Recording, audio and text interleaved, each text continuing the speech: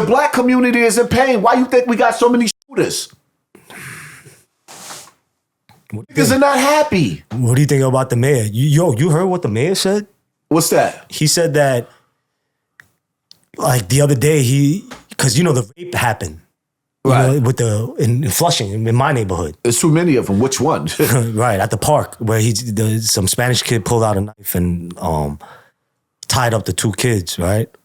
And yeah, I heard about that. That was disgusting. I think it was Casino Park. 11-year-old or 13, something like that. 13 and a 15-year-old, something like that. Both of them were 13. Yeah, it was a boy and a girl. Yeah. Yeah. And the mayor said, he said some quote. He said, hold on, the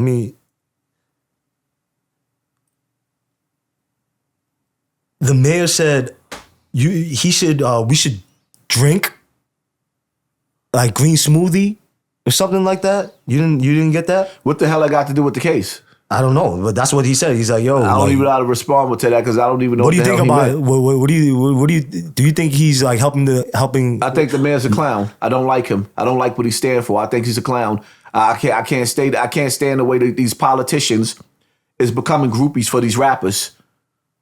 I think the mayor's I think he's a groupie. He's not being professional. He's not being professional. I think he's a clown.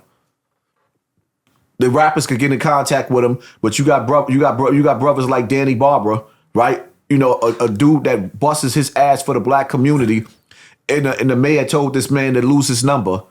This brother's dead when people apartments is falling apart. They ain't got no heat. Right. And not to cut you off, he said a reporter asked Mayor Adams about the budget, and he said, "Just do your breathing exercises and meditate and eat a green smoothie. We'll be all right." Yeah, I bet. He basically just told you shut up and treated you like a child, knowing that at the end of the day, you got people that's illegally coming into this country that should be going to jail, actually taking up the money for the poor people and taking our tax money. We can't get reparations, but they could. But you think it's his fault? I don't think it's his fault. You ain't see, it is your fault. He invited them people there. He actually got up, he actually told our people to invite these evil ass people, because now it's safe to say that the majority of these people that came over, now we know that they was released from prisons and mental wards. And they're showing that. Most of these people that came over the border are turning out to be rapists and killers. And a few of them already done shot police. So now this sucker ass mayor that sat up there and asked the people of New York City to take this evil into our home, and never did he come back and get on camera and say, hey, I made a big mistake. Don't let these motherfuckers in their house. They may rape you. They may kill you. He's never said that. And I respect my son for, I really do, for, he always said, from day one since he been home, boycott black murder. And he even brought the mayor to sit down with, Drink Champs. Shout out to Nori and them. I don't know if you've seen the interview. I couldn't watch that bullshit. What? Like, first and foremost, for me, and you be going at my son too, and I'm like, nah, that's wrong, bro. That's because you don't understand where I be coming from. Right. Like, the reality of it is, my son is a professional ambulance chaser. No, come on, bro. And he been standing on his... Listen, to you, but to the black community, they're not feeling him no more. Why you think he took a step back? Why you think Tamika Mallory took a step back? Why you think Black Lives Matter is nowhere to be found anymore? Because they done ran off with $80 to $90 million. But that wasn't him. He didn't... Listen, he moved out of the hood without a job. The nigga don't work. We got to stop with the bullshit. Are you counting his money or something? I'm counting the people money. You had parents of the deceased that called him out and told him, Tamir Rice's mother told my son, stop using my child's name to get grants and benefits off of my son. Then my son replied, I've never mentioned your son's name ever. And then everybody goes back and plays this song with him talking about Tamir Rice. And interviews with him talking about Tamir Rice. Like dogs.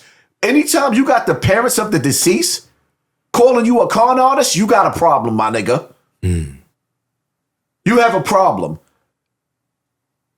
And the reality of it is, if you're going to use your voice and you're going to be the voice of the people, we on the brink of World War III right now.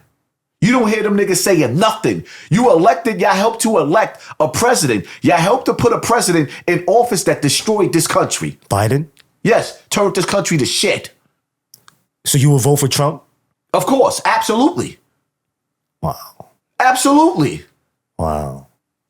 Biden is a liar. The one thing I like about Trump, he don't give a fuck.